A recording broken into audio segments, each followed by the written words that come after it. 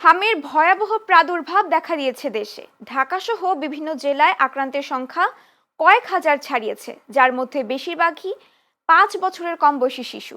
শুধুমাত্র এক সপ্তাহেই কয়েক শতাধিক শিশু হাসপাতালে ভর্তি হয়েছে।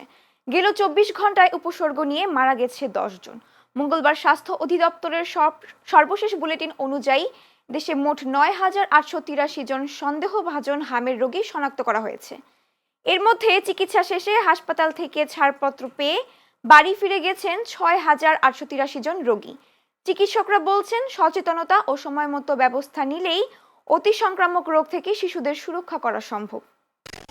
ভৈরব থেকে মহাখালী কলার হসপিটালে বাচ্চারা নিয়েছি। এনে এক সপ্তাহ ছিলাম, তো বাচ্চার হাম ধরা পড়ার কারণে মানে হ্যান থেকে এনে রেফার করছে আর কি। তো এনে আনার পরে বাচ্চার এনে এক সপ্তাহ হইব। এনে বাচ্চার জ্বর ইয়া ইয়া আপনার আমের যে গুড়াগাড়ি এগুলা কমছে আর কি, শ্বাসকষ্টটা রয়ে গেছে আর কি। আমরা আসছি শেরপুর থানার থেকে, লোক হয়েছে হামের দরদ পড়ছে, এ কারণে আসছি। অনেক ভালো।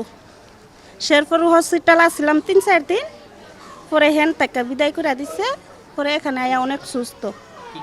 না, আমরা আসছি চিটাগাং রোড থেকে বাচ্চার হাম সমস্যা নিয়ে আসছি।